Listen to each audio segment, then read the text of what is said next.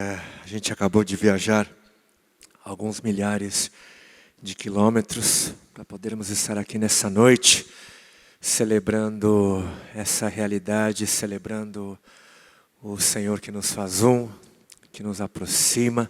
Eu quero agradecer ao pastor Isaac pelo convite de poder estar aqui, agradecer ao Ministério de Louvor, por ter nos abençoado, me abençoado, pelo que se vê, eles se dedicam muito, glórias ao Senhor por isso. E antes de nós mergulharmos na palavra, eu queria só compartilhar de algo que tem norteado, tem dado novos rumos para as nossas vidas. Eu não sei quantos aqui nos acompanham pelas mídias ou ficam sabendo do que tem acontecido conosco, mas há quase 4 anos eu fui levado pela graça do Senhor aqui de São Paulo, lá para o estado do Piauí. Na verdade eu cresci, a sensação que eu tenho hoje aqui é de estar voltando para casa, porque como eu havia dito para o pastor Isaac, eu praticamente cresci no bairro do Bom Retiro, Os meus pais, a minha família ainda hoje tem bastante relação com esse bairro, Quem não conhece ali a José Paulino, ali a... Sim? Não? Tá. Ok. Então eu tenho família, amigos que têm uma relação muito profunda com esse bairro. E há quase 4 anos atrás, por conta de um lindo chamado do Senhor, eu e a minha casa, nós fomos levados para o extremo norte da nossa nação, ali na pontinha, para uma terra calorosa, para uma terra onde o vento físico pode não estar soprando, mas eu creio que o vento do Espírito tem ali abanado a fim de gerar a sua chama, intensificar o seu fogo, o seu avivamento. E eu generosamente, foi me dada a oportunidade de poder falar um pouquinho, do porquê nós fomos para lá. Tudo começou por conta de um trabalho social que nasceu aqui em São Paulo, na Casa Verde, que é o abrigo Livre Ser. Eu não sei quantos aqui já ouviram falar do Livre Ser. Esse trabalho começou em 2008, com o propósito de resgatar crianças do risco social. E por risco social se entende orfandade, abuso, violência, abandono. E depois de cerca de 5 anos crescendo, sendo moldados pelo Senhor, chorando, nos alegrando, sendo edificados por meio da salvação que alcançou e tem alcançado essas crianças, nós entendemos que era tempo de expandirmos o trabalho. E a princípio achávamos que o trabalho se expandiria em São Paulo mesmo. Só que em São Paulo as portas não se abriam e nessa época, nesse período em que nós orávamos pela expansão, por um novo local, de repente nós recebemos sinais que apontavam para o Piauí. Nenhum sinal vindo do Acre, do Rio Grande do Norte, enfim, de nenhum outro lugar, mas todos esses sinais apontavam para o Piauí. E achamos isso misterioso. E por isso no início, em janeiro de 2012, eu e a minha família, nós fomos fazer uma viagem expedicionária. Passamos parte das nossas férias de janeiro no Piauí. E assim que chegamos, nos deparamos com uma realidade que para nós era muito diferente. Uma realidade que a gente, do lado de cá, não ouve falar. Dados do IBGE, mais de 100 mil crianças escravas, exploração sexual infantil crescente, muito presente, enraizada na cultura local. Eu fiquei sabendo de depoimentos de regiões onde, em determinadas épocas, o valor de um ato obsceno e indizível chega a ser em média 99 centavos, R$1,99, R$3,99. Eles usam esse linguajar comercial por tratarem essas vidas como mercadorias. Transitamos, conhecemos toda a rede pública de assistência, outras entidades, e dos cerca de 3.500.000 habitantes, na época haviam apenas 178 vagas para crianças em situação de risco em todo o estado. Nenhum trabalho confessional, evangélico. E então entendemos que seria muito importante o trabalho expandir no Piauí. E no último dia da nossa viagem, o Senhor fez cair no nosso colo um grande terreno, né? Ele tem cerca de 4 hectares, 40 mil metros quadrados equivalente. E voltamos então para São Paulo, imaginando, pensando em quem nós iríamos enviar. E aí a gente pensou naquele casal de missionários, né, abençoados, aquele irmão cheio do Espírito Santo, aquela irmã avivada. Mas aí rapidamente o Senhor me levou para aquele cantinho da graça, para aquele cantinho da misericórdia, e disse: é você.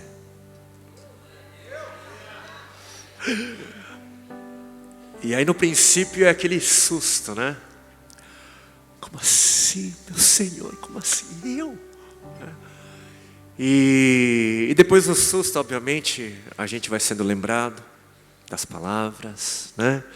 A gente vai lembrando das canções que a gente canta, que a gente é levado a cantar, né? Vai valer a pena, ai, ai, ai, ai, ai. Né? E a gente vai lembrando de que não há lugar melhor do que o centro da vontade do Senhor. E aí rapidamente do susto a gente passa para o estado de gana, né? De desejo. Não, eu quero estar lá. Mas eu sou casado, tenho filhos, né?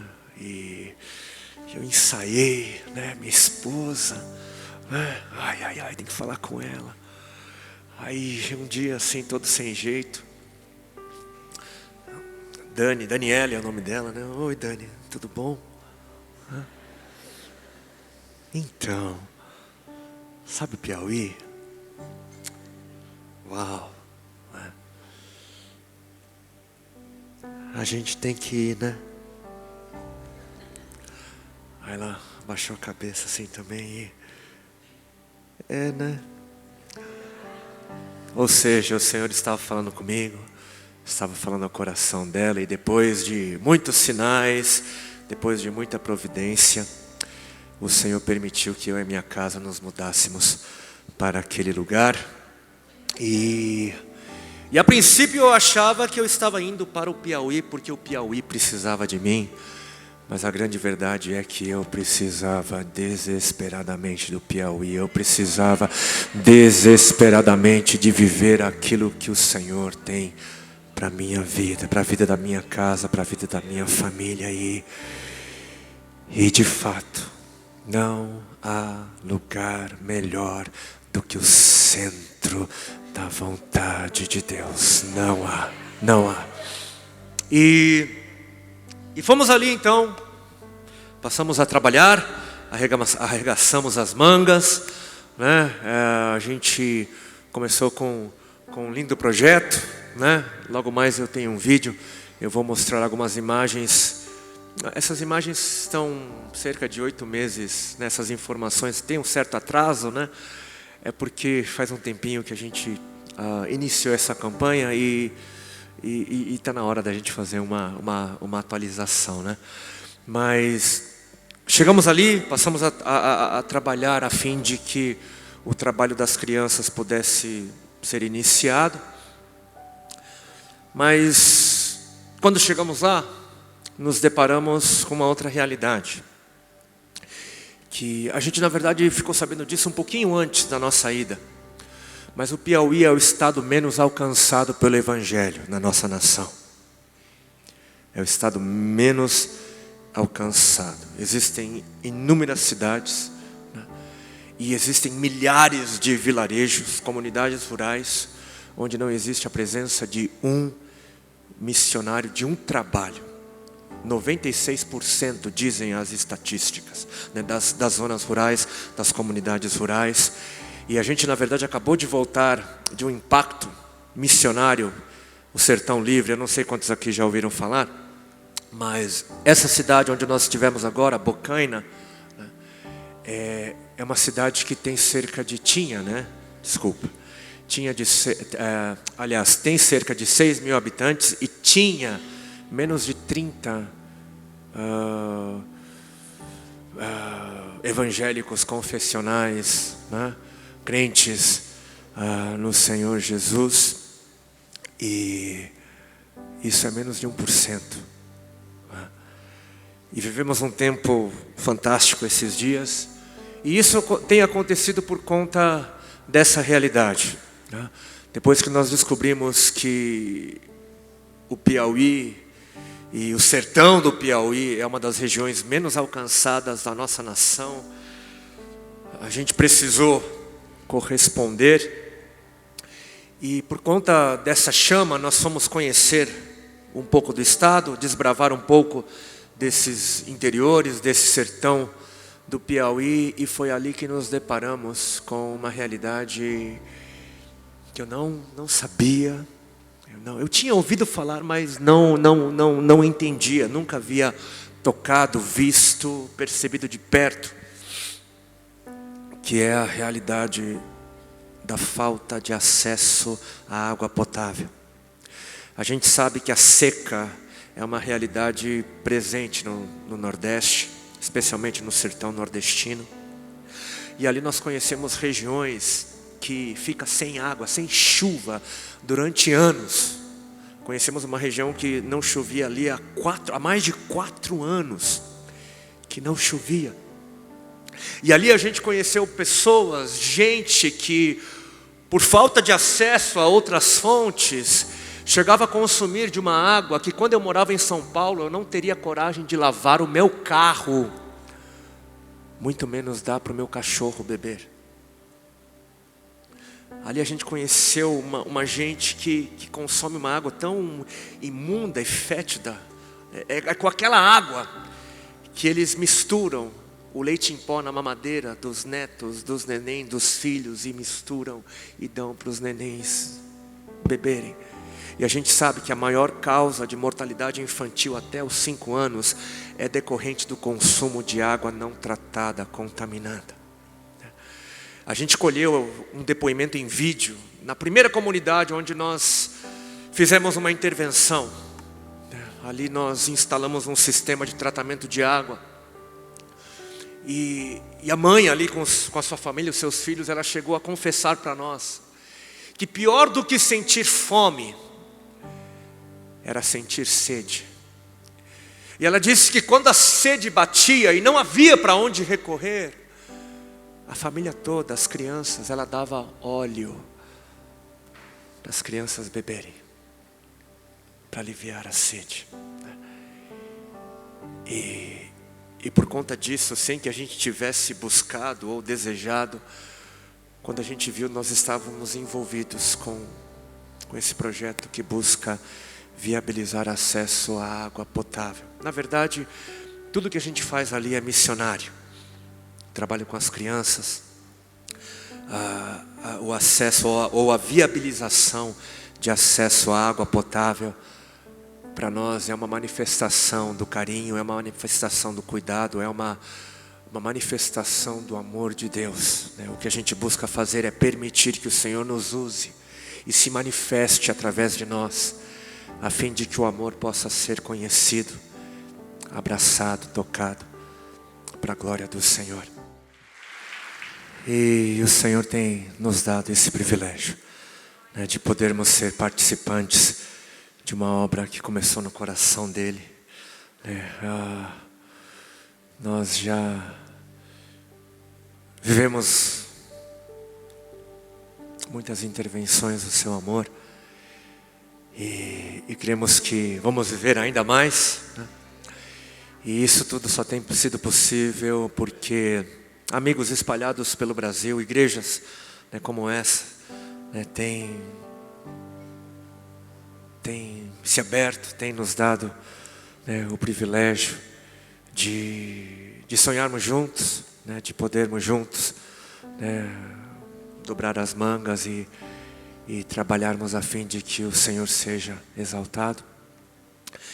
E desde o início, né, desde que nós nos mudamos para lá, os amigos, aqueles que confiam em nós, têm torcido conosco, orado por nós, a gente sempre recebe recados: poxa, eu gostaria de ajudar, gostaria de participar.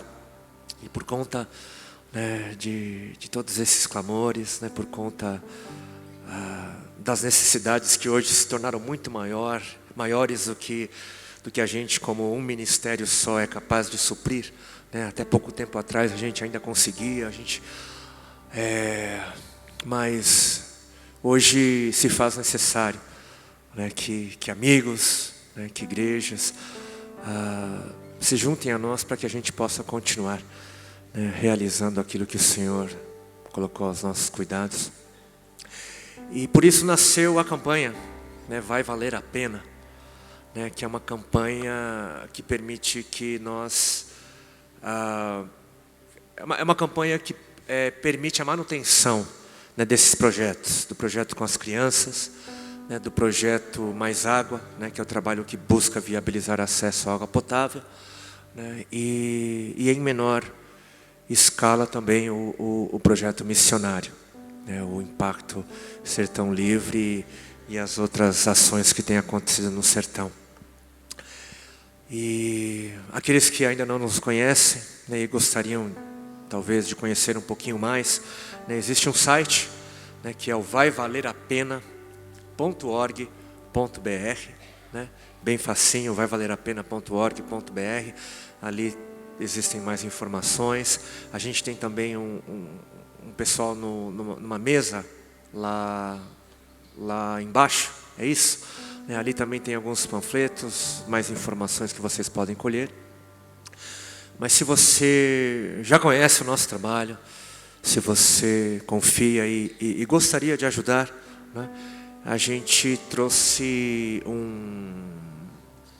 uma ficha, né, uma ficha de inscrição que fala um pouquinho dos projetos e permite que você agora, né, possa já fazer um compromisso de 1 mês, de 3 meses, de 6 meses, de 1 ano, né, permitindo que com uma pequena quantia você viabilize a manutenção desses projetos, né. A gente tem aqui alguns voluntários, né, da comunidade.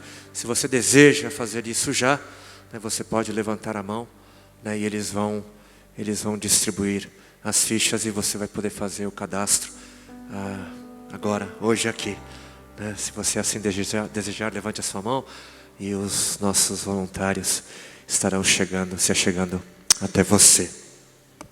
Mais uma vez, muito obrigado à Igreja Central pela oportunidade. Obrigado, Pastor Isaac. Eu quero também aproveitar esse momento para fazer um convite, né, para o próximo Impacto Sertão Livre, que vai acontecer em janeiro, né? É sempre nas férias, é de janeiro e julho.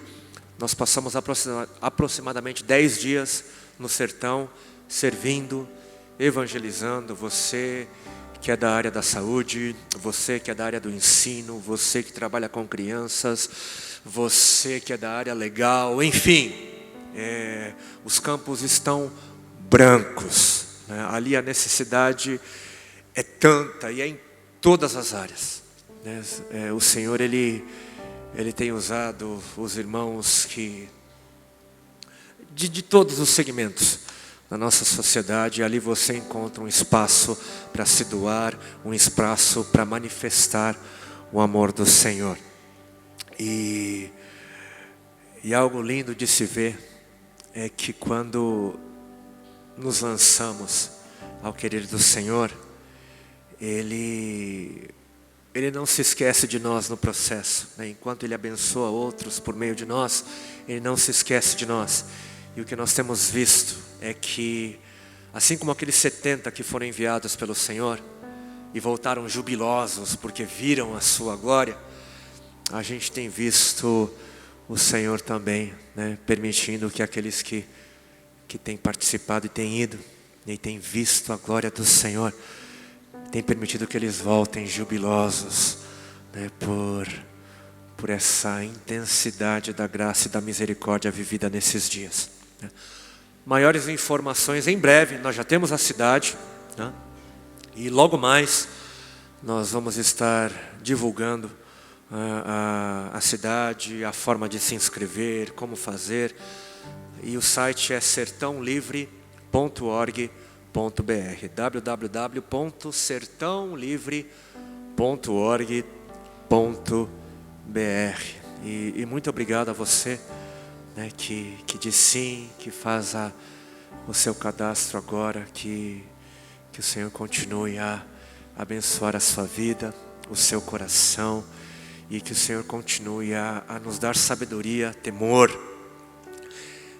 estratégias, para que possamos com eficácia, né, manifestar o reino de Deus naquele lugar. Amém? Amém. Aleluia. Aleluia. Enquanto os irmãos vão preenchendo as fichas, eu quero convidar a igreja a estar abrindo comigo a Bíblia em alguns textos.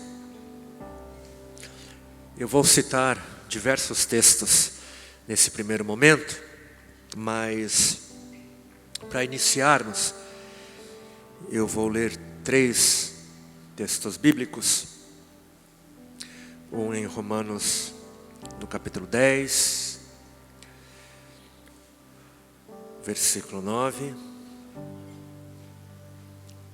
Outro em 1 João, capítulo 2, versículo 23. E outro em Mateus, capítulo 7, versículo 21. Eu vou dar um tempo a vocês para localizarem os textos. Eu sei que tem gente ainda preenchendo os cadastros. Se por um acaso você não conseguir agora, né, como eu disse, tem uma mesa lá embaixo com os nossos materiais, com as fichas. Você vai poder fazer isso depois do culto também. E eu quero também aproveitar o momento para pedir perdão antecipadamente, porque aconteceu algo de bom, uma coincidência boa, né? Eu tenho um compromisso familiar logo após o culto. Na verdade, esse compromisso familiar já começou.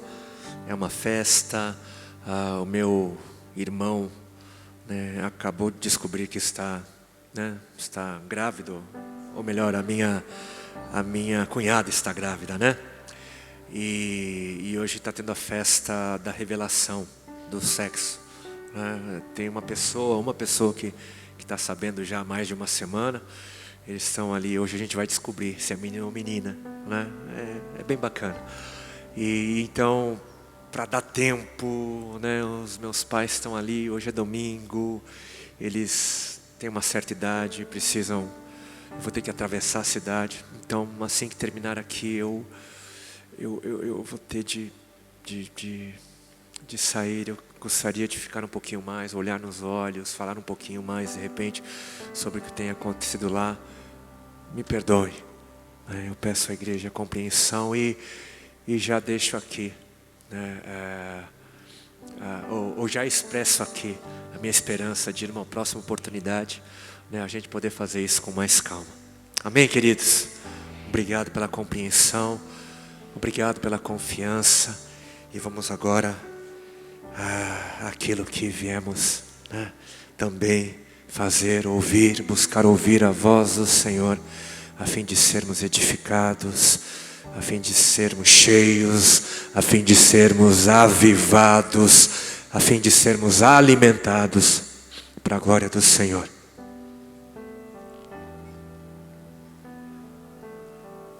Romanos capítulo 10, versículo 9, palavras do apóstolo Paulo, inspiradas pelo Espírito Santo, ele que escreveu à igreja em Roma.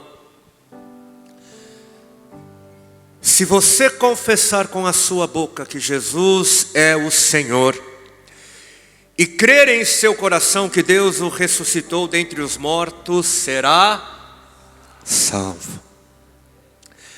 1 João capítulo 2, versículo 23, complementa dizendo: todo o que nega o Filho, também não tem o Pai.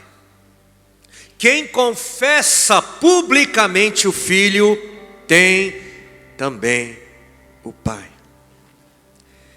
E em Mateus capítulo 7, versículo 21, o Senhor Jesus, quando encarnado e nessa terra no nosso meio, Ele disse que nem todo aquele que me diz Senhor, Senhor, entrará no reino dos céus, mas apenas aquele que faz a vontade de meu Pai que está nos céus.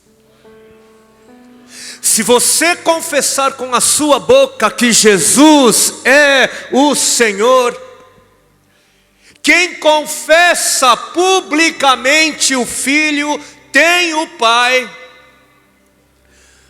Mas nem todo aquele que me diz Senhor, Senhor, entrará no reino dos céus. Pai, nós te pedimos ouvidos para ouvir, uma mente para compreender, apreender, um coração para receber a tua boa semente, a tua boa palavra. Sopra, Senhor, sobre aquilo que será dito, e convence-nos o Senhor, convença-nos o Senhor, fale conosco o Senhor, para que assim haja vida, para que assim haja eternidade, para que assim haja ressurreição, alegria, liberdade, gozo, vida. Em nome de Jesus, Senhor. Em nome de Jesus. Amém. Amém. Amém. É um enorme de um privilégio para mim, e eu creio que para todo aquele que se permite colocar numa situação como essa, né? É um enorme de um privilégio para mim poder declarar verdades acerca daquele que deu razão à nossa existência. É um enorme de um privilégio, né, se colocar numa situação como essa.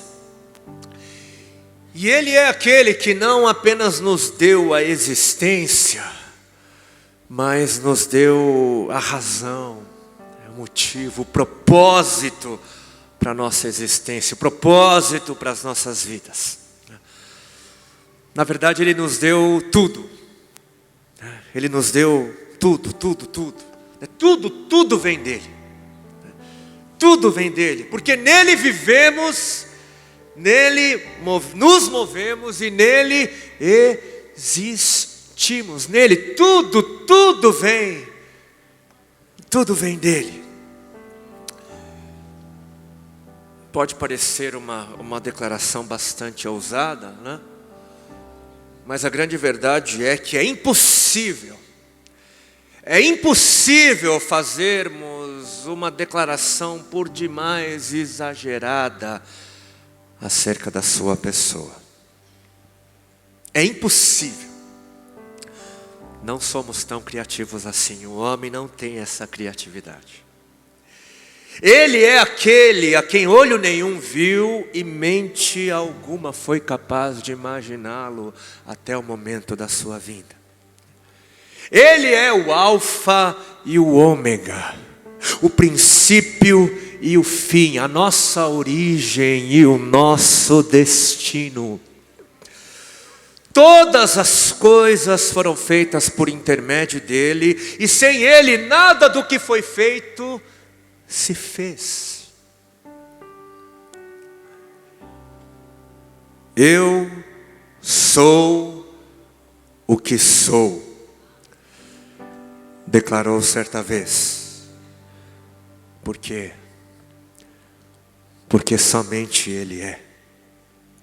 Só ele é. Só ele nunca foi ou haverá de ser, mas sempre é. De eternidade em eternidade ele é. Mas ele disse mais acerca do seu ser. Ele disse: eu sou o bom pastor. Eu sou o pão da vida. Eu sou a luz do mundo. Eu sou aquele que vive. Eu sou a ressurreição. Eu sou o caminho. Eu sou a verdade. E somente eu sou a vida.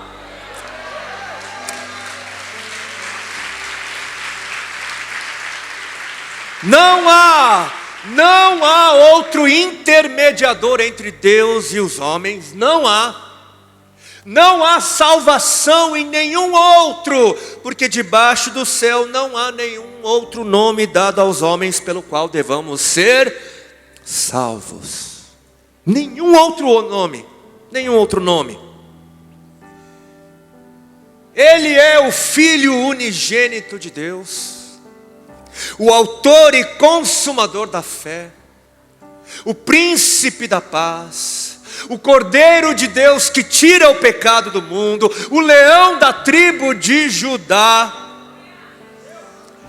E como revelado em Hebreus capítulo 1, versículo 3, ele e somente ele é o resplendor da glória de Deus, e somente ele é a expressão exata do seu ser. Ele é a expressão exata de Deus. E nas palavras do apóstolo Tomé, ele e somente ele é Senhor meu e Deus meu. E Deus meu Senhor nosso e Deus nosso. E só para a gente ter certeza, por favor, para aqueles que, de repente, se existe aqui alguém que ainda não percebeu de quem nós estamos falando, por favor, responda em alto e bom som. Sobre quem? Sobre quem é que nós estamos falando? Jesus! Só Ele é. Jesus. Somente Ele é. De eternidade em eternidade. E como eu disse agora há pouco, o homem não tem criatividade o bastante para dizer algo por demais exagerado acerca da pessoa de Cristo Jesus. Não tem. Este nome é sobre todos, e é diante desse nome que todo joelho se dobrará e toda língua confessará que Ele é o Senhor. Ele é o Senhor. E o mestre John Stott, o professor dos professores, ele chegou a dizer que se tivéssemos que abreviar o Evangelho em uma única frase, Ele chegou a dizer que a versão mais abreviada possível do Evangelho é essa frase: Jesus Cristo é o Senhor. Jesus é o Senhor. É isso que o Evangelho, as Escrituras buscam revelar à humanidade, buscam nos mostrar. Jesus é o Senhor. É isso que todo avivamento busca arrancar de nós como confissão de fé. É isso que todo derramar dos céus busca nos provar, que Jesus é o Senhor. E nessa noite é sobre esse termo que eu gostaria de gastar os próximos minutos com a igreja. O termo Senhor. Porque eu acredito que a nossa compreensão do termo vai trazer uma melhor compreensão de quem Ele é e de quem nós somos. Se você confessar com a sua boca que Jesus é o Senhor, será salvo. Eu temo que tenhamos reduzido a beleza da salvação em simples palavras que são repetidas de maneira pública, de maneira litúrgica, religiosa, quase que supersticiosa em alguns ambientes, em alguns momentos, em algumas situações. Eu tenho a impressão que em alguns lugares a beleza da salvação foi reduzida em simples palavras faladas. Pergunta-se se as pessoas querem aceitar a Jesus, e é certificado de que essas pessoas repitam orações que confessem a Jesus como Senhor. Nós também nos certificamos de que elas repitam orações que verbalizem a Jesus como sendo Senhor. E isso é lindo. Isso faz parte da nossa experiência, da nossa vivência cristã.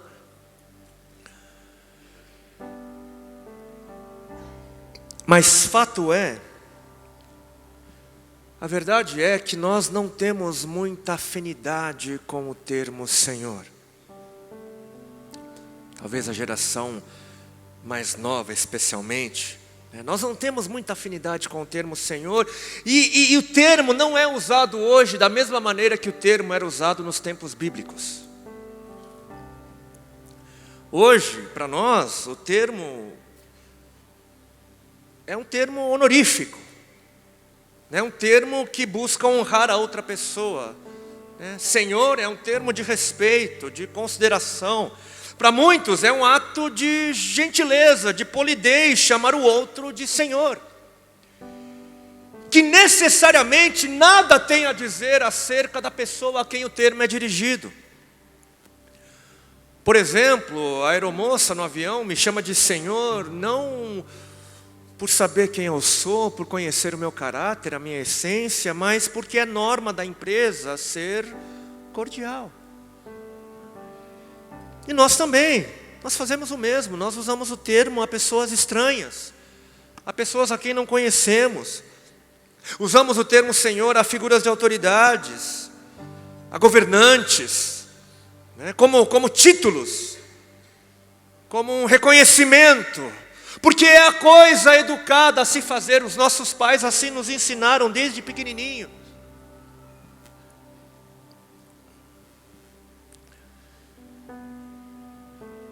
Mas não é dessa forma que a Bíblia nos apresenta a pessoa de Cristo Jesus, não. Jesus não é Senhor da mesma maneira que o diretor da escola. Jesus não é Senhor da mesma maneira que o policial. E Jesus não é Senhor da mesma maneira que o dirigente de uma nação é. Nas Escrituras Ele não é chamado de Senhor como um ato de delicadeza. Não somos chamados a confessá-lo como Senhor por respeito ou consideração simplesmente. Não é nesse nível que devemos nos relacionar com o senhorio de Cristo. Não é nesse nível. E eu faço parte de uma geração que tem a aversão. Tem aversão a figuras de autoridade, não gosta. Eu tenho a impressão que a gente não gosta como sociedade dessas figuras de autoridades. E existem canções, muitas delas que celebram a rebeldia, né?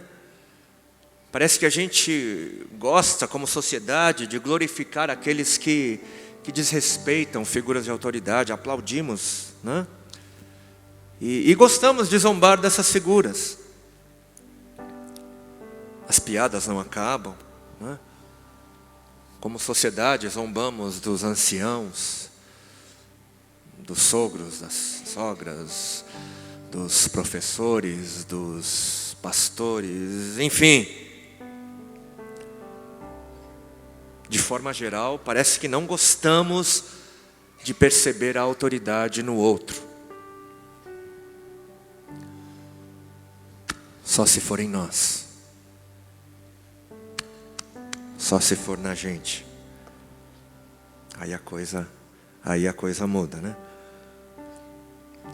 Porque essa aversão toda, esse desgosto todo existe, porque no fundo a gente quer ser Senhor. Nós queremos ser senhores. Mas a gente quer ser Senhor não de maneira honrosa. Não como um título decorativo simplesmente, não. Nós queremos ser senhores, a gente quer ser Senhor de forma verdadeira, na essência. Mas que essência é essa? O termo Senhor, a palavra Senhor do nosso português, foi a palavra que nós usamos para traduzir uma palavra no grego, né? Kyrios ou Kurios, eu prefiro Kyrios, né? E como a maioria que deve saber, o Novo Testamento foi escrito em grego, né? E essa palavra, esse termo Kyrios, Senhor, nos tempos bíblicos, era o termo usado pelos escravos em relação aos seus proprietários. Dizer que fulano era o seu Kyrios ou seu senhor, era dizer que todo o seu ser, que toda a sua história, toda a sua existência, que todas as suas vontades, o seu trabalho, o seu descanso, o seu sonho de se casar, de ter filhos, que tudo pertencia a esse fulano, que tudo pertencia ao Kyrios, que tudo pertencia ao seu Senhor. E a gente não se relaciona com o termo dessa forma. E na medida em que nós crescemos como sociedade que preza cada vez mais o eu, o individualismo, onde cada vez mais o eu é o rei. Esse negócio de Senhor, a gente não se identifica com o termo da mesma maneira que as pessoas dos tempos bíblicos se identificavam. E eu não sei se é por falta desse entendimento, eu não sei se é por isso, mas muitas vezes a gente vê pessoas, nós vamos ver pessoas que dizem acreditar que Jesus ressuscitou dentre os mortos, confessam que Jesus é o Senhor, mas não mudam de vida.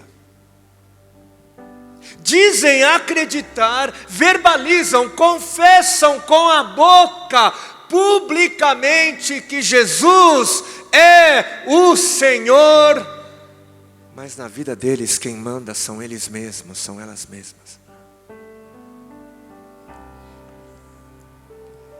E como é necessário buscarmos ao Senhor de todo o coração, de toda a alma e de todo o entendimento, de todo o pensamento. O que isso quer dizer? Isso quer dizer estudo, isso quer dizer investigação, isso quer dizer raciocínio, labuta, trabalho, concentração, leitura. Como é vital nós mergulharmos na palavra e conhecermos toda a palavra. Toda a palavra. Por quê? Porque toda a palavra contém a mensagem integral de Deus. Toda a palavra. E não apenas um versículo. Não apenas um trecho, um capítulo, mas toda a palavra contém a mensagem integral do Senhor. Porque sim, é necessário confessarmos e crermos, é necessário. Mas é necessário também nos arrependermos. É necessário confessar e crer, mas é necessário abandonar o pecado. É necessário amar o próximo, é necessário se doar, é necessário perdoar para ser perdoado, é necessário guardar a fé, combater o bom combate, persistir, permanecer, e por aí vai, e por aí vai. E algo que eu julgo importante sabermos também, é que a Bíblia, ela foi escrita primeiro para as pessoas de sua época, né?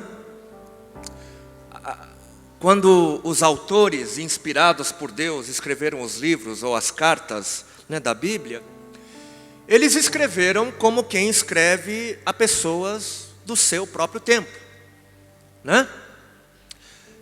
Por quê? Para que houvesse compreensão, para que houvesse comunicação, entendimento. É por isso que nós temos o Antigo Testamento predominantemente escrito em hebraico e o Novo Testamento escrito em grego. Foi primeiramente para as pessoas do seu próprio tempo. E nós sabemos, é uma questão de língua, né? É uma questão de todas as linguagens, né? De todas as línguas. Uma palavra, uma frase, um termo não tem o mesmo sentido, né, conforme o tempo vai passando, porque a cultura muda, né, o pensamento vai mudando, né, no nosso português mesmo, uma palavra hoje não tem o mesmo significado de 5, 10, 20, 50, 500 anos atrás. E por isso é necessário, é muito bom que nós busquemos entender o que estava acontecendo nos tempos em que os textos foram escritos. É muito importante nós buscarmos investigar e entender o que estava acontecendo naquela época, qual era o pensamento regente, né, como era a cultura, para que possamos ter uma melhor compreensão do quadro geral e do que a Bíblia de fato está tentando nos dizer. Porque um texto não pode significar algo hoje que não significou naquela época. Precisa haver o mesmo sentido. Senão, o que acontece é um desvirtuamento. Nós precisamos encontrar o sentido. E quando nós lemos agora no início, quando a Bíblia ela vai nos dizer que a confissão pública é uma maneira de provarmos a fé no Senhor Jesus, é muito importante nós entendermos o que isso significou para as pessoas que primeiro ouviram essas palavras. O que significou isso para a igreja em Roma? Ou espalhada por aquele mundo antigo? Se com a tua boca confessares ao Senhor Jesus, serás salvo. E a palavra Senhor, aqui, mais uma vez, é a palavra grega Kyrios.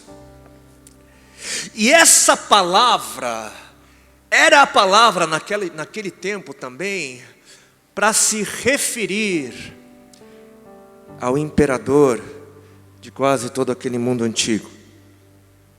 Ao imperador de Roma, ao imperador romano. Essa palavra era usada para se dirigir a essa pessoa que era considerada quase que um deus, um semideus, um deus. Esse governador absoluto era considerado um deus. Kyrios, ou Caesar, ou César, ou Senhor, era o título que pertencia ao imperador romano, né, que subjugava todos aqueles povos. Ser subjugado, ser dominado, ser submisso ao poderoso império romano, significava lealdade ao Kyrios, significava lealdade a César, significava lealdade ao Senhor. E na época do apóstolo Paulo, o Kyrios, ou César de todos, era o temido e sanguinário Nero, que inclusive assassinou o próprio apóstolo Paulo e perseguiu ferozmente os cristãos. Ele perseguiu os cristãos. Agora pensem comigo um pouco. Debaixo desse domínio romano, debaixo dessa opressão do sistema, debaixo dessa escravidão causada por um falso Deus, o que significaria naquela época confessar publicamente que o seu Kyrios não era Nero, mas que o seu Kyrios era Cristo Jesus? O que isso significou na época? Quais seriam as consequências possíveis de se confessar publicamente que o seu Kyrios, que o seu Senhor, não era Nero ou nenhum outro, mas Cristo Jesus? Ah não, esse negócio de história, de império romano, não, está muito distante para mim, eu não consigo me relacionar, eu não consigo. Ok, vamos trazer exemplos mais recentes, exemplos dos dias de hoje. Imagine que você hoje, que nós hoje, vivêssemos no Oriente Médio.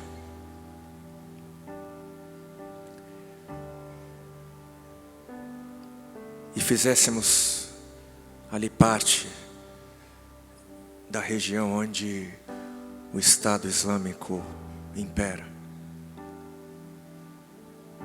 Ou ali, bem no meio do ISIS.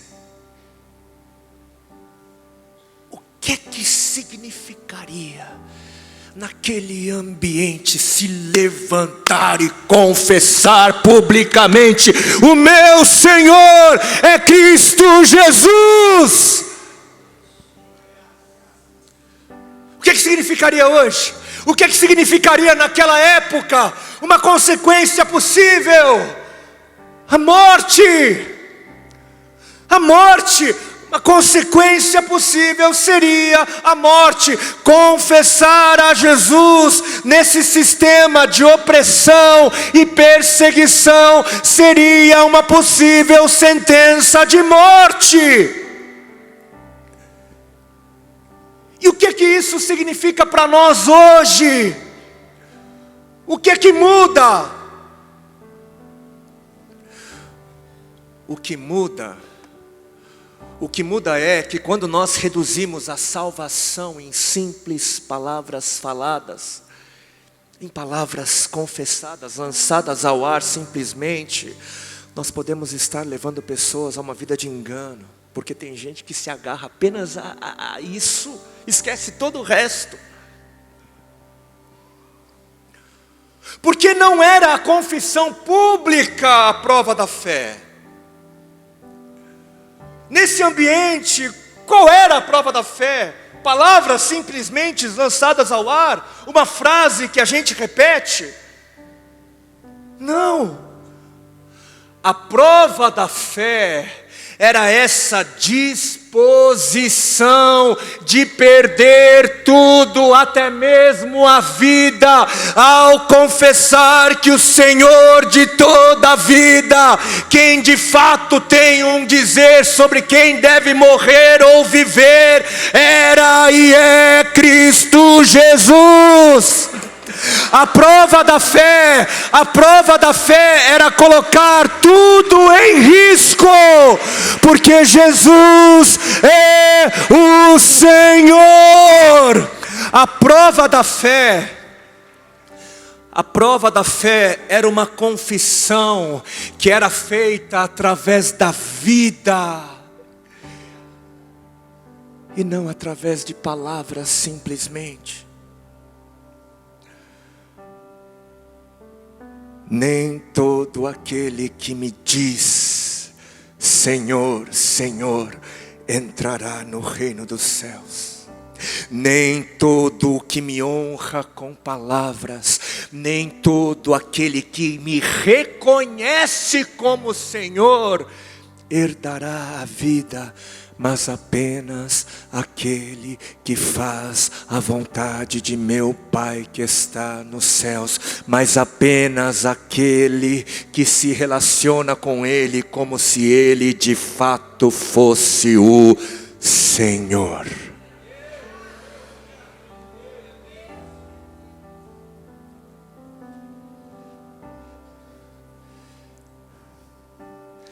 Se você de fato confessa a Jesus como seu Senhor, não será apenas a sua boca que irá confessá-lo, mas toda a sua vida, todas as suas escolhas, toda a sua integridade, todos os seus planos, todo o seu trabalho confessará quem é o seu Quírios, quem é o seu Senhor.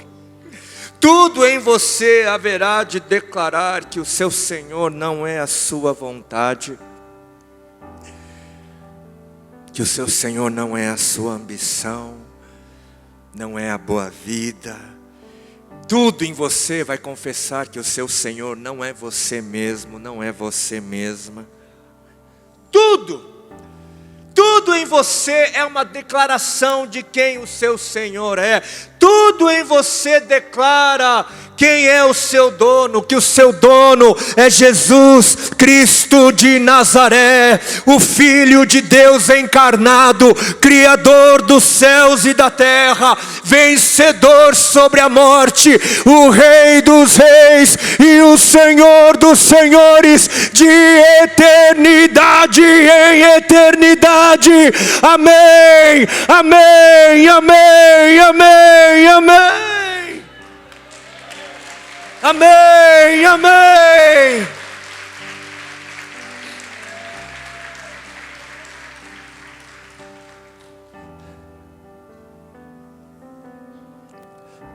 Levante-se do seu lugar,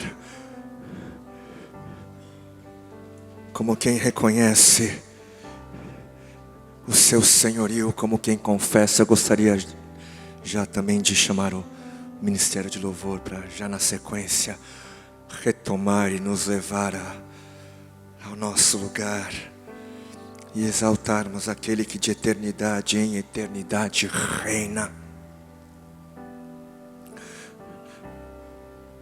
Curve a sua cabeça, feche seus olhos, se isso te ajudar a perceber diante de quem você está em pé.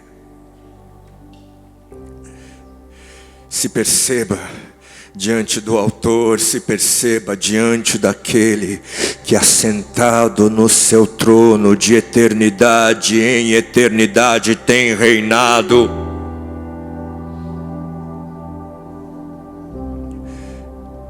E diante daquilo que você ouviu e foi dito ao seu coração, busque responder com toda a sinceridade a Ele e a você mesmo. A quem você tem servido?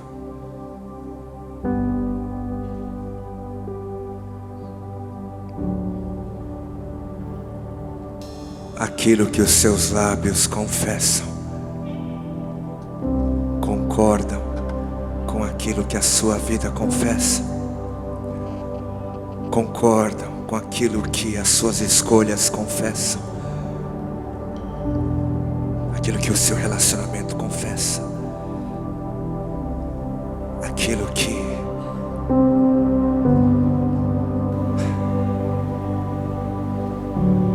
a cada dia você tem confessado, a cada manhã?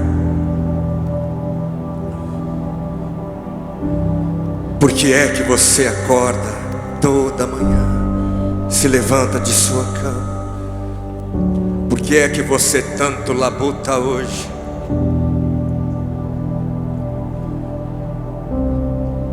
Por que é que esse sonho tanto te apraz, tanto te consome?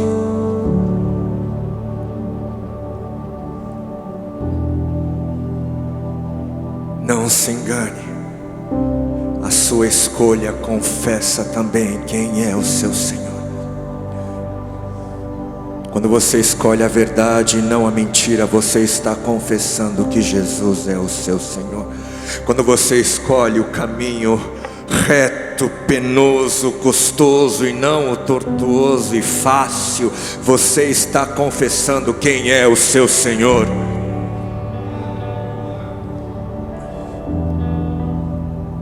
Quando você ama sua esposa em casa, quando você trata com respeito seu marido, quando você honra os seus pais, quando você honra os seus pastores, quando você não julga o seu irmão, quando você não desconstrói o outro, você está confessando quem é o seu Senhor.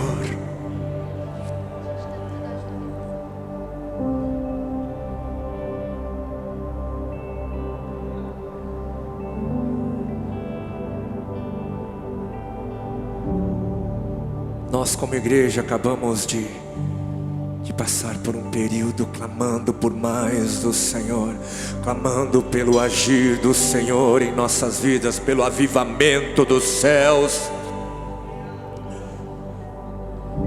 Mas entenda que tudo isso não é para o nosso bel prazer, não é para que nós possamos nos perder em nós mesmos, não é para nos garantirmos de que o nosso querer seja realizado, mas é para que o mundo possa declarar e confessar conosco que Jesus é o Senhor. É por isso que o vento vem, é para isso que o avivamento vem, para que todos possam se dobrar e reconhecer que Jesus e somente Jesus é o Senhor, é